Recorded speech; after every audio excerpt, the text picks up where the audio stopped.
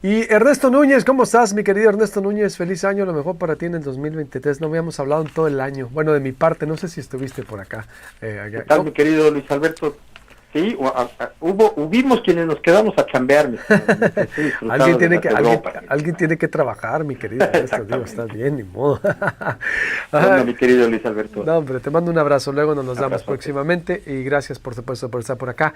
A ver, muy interesante tu columna, tu artículo, como siempre. La apuesta del caballo naranja. Pues Órale. sí, así se ha autodenominado él, ¿no? En referencia a esta imagen del caballo negro que alcanza y que Ajá. gana las carreras. Pues él, digamos, es la manera que encontró de autodenominarse, Jorge Álvarez Maínez, que ya por fin surgió como el precandidato único a la presidencia de Movimiento Ciudadano. Es lo único que nos faltaba para definir la boleta que tendremos en nuestras manos el 2 de junio. No hay candidaturas independientes, entonces ya no habrá una cuarta candidatura. Vamos a una elección de tres, con Claudia Sheinbaum, con Xóchitl Gálvez y con Jorge Álvarez Maínez ahí.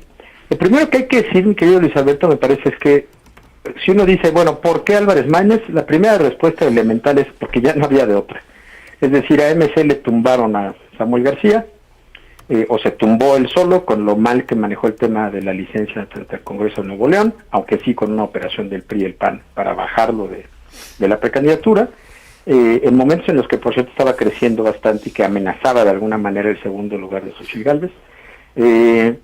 Enrique Alfaro, que es el otro gran referente de MC, gobernador de Jalisco, él desde agosto del año pasado manifestó su posición de que MC tendría que sumarse a la alianza PRI-PAN y no buscar una tercera que divida el voto opositor.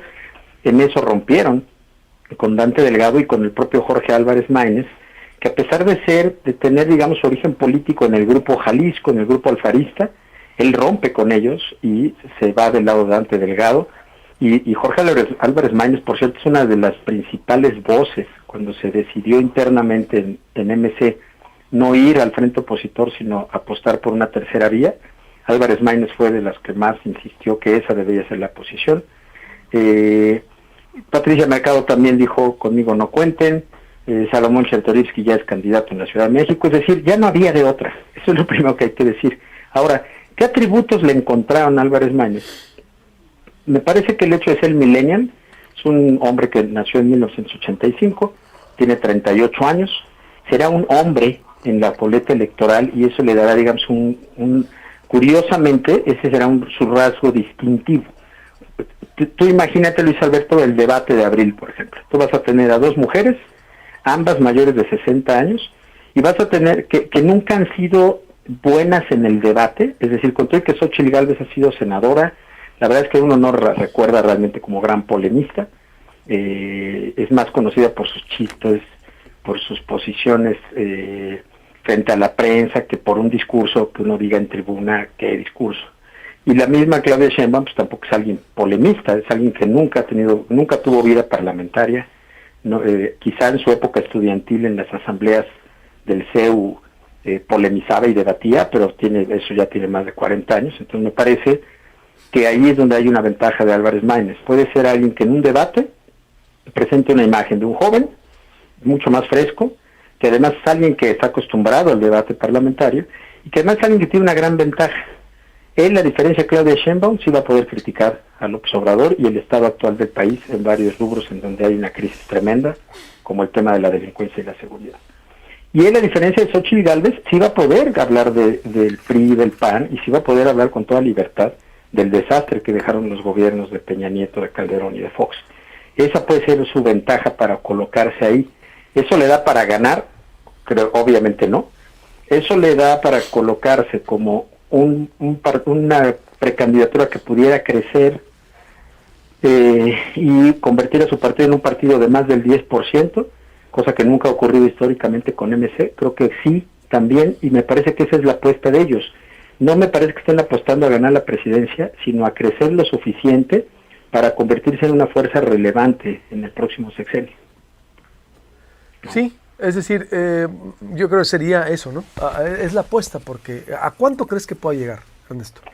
Pues mira, hay que considerar que es difícil medir al partido MC, antes Convergencia, siempre ha participado aliado en las elecciones, fue aliado de López Obrador en 2006, en 2012. En esas elecciones no era distinguible el número de votos que obtenía, porque en los convenios de coalición antes los partidos decían tanto porcentaje le va a corresponder a cada quien. Pero, por ejemplo, en 2018, cuando ya se estableció esta reforma en donde hoy uno sabe vía qué partido llegaron los votos, en 2018 Dante Delgado hizo un acuerdo con Ricardo Anaya y con Jesús Zambrano para hacer la alianza que postuló a Ricardo Anaya, que fue una alianza perdedora, pero además el Partido Convergencia obtuvo solamente el 1.7% de los votos, es decir, ni siquiera el 3% de los votos que fueron para Ricardo Anaya llegaron vía Convergencia, bueno, vía MC, en ese momento ya era MC. Entonces, digamos, para mí me parece que cualquier cosa arriba del 10% sería una gran ganancia para el Movimiento Ciudadano, crecería muchísimo respecto a lo que hoy tiene tanto en el Senado como en la Cámara de Diputados, y me parece que esa es la apuesta. Una apuesta, por cierto, muy criticada del lado de la oposición, porque la narrativa que está creando Xóchitl Gálvez y los partidos de oposición y algunos analistas es que en este momento debería de dividirse el voto entre López Obradoristas y anti-López Obradoristas, y entonces ellos obviamente están diciendo que Álvarez Maínez y MC está jugando un rol como de esquirol, en donde lo que busca es dividir el voto de la oposición y favorecer el triunfo de Claudia Sheinbaum. Esa es otra lectura que se puede hacer, creo yo, con argumentos de la candidatura de Maínez, que es una candidatura que al final terminará siendo útil al régimen porque puede dividir el voto opositor. De cualquier manera, mi querido Luis Alberto, me parece que a nosotros lo que nos toca es observar el fenómeno, analizarlo, considerar que va a ser una tercera opción ahí en la boleta y pues ver qué consecuencias finalmente va a tener esta candidatura. Me parece que sí va a terminar siendo un factor.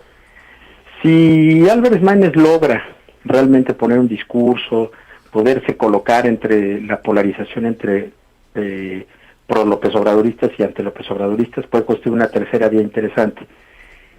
Si su precampaña sigue siendo esto de ponerse los tenis y hacer spots con las cervezas Carta Blanca y qué sé yo, se va a volver absolutamente irrelevante, porque eso está bien para jugar un rato en TikTok, pero eso no es una candidatura presidencial. Me parece que tiene que superar eso y realmente decirnos esa tercera vía qué pretende, qué propone para el país, y creo que ahí podría tener cabida. Hay mucha gente, no sé si tú también lo has ubicado, hay mucha gente que justo está esperando algo entre Morena y entre el PRIAN, y ese es el espacio que me parece que esta candidatura estará tratando de ocupar en la campaña, ¿no? Pues muy interesante, Ernesto, veremos y diremos. Por lo pronto es esta una aportación ahí que enriquece también el debate. Te mando un abrazo, mi querido Ernesto, nos escuchamos próximo martes o antes. Te agradezco muchísimo y te deseo un gran año a ti, a todo el equipo y al auditorio. Igualmente, bienvenido a tu casa.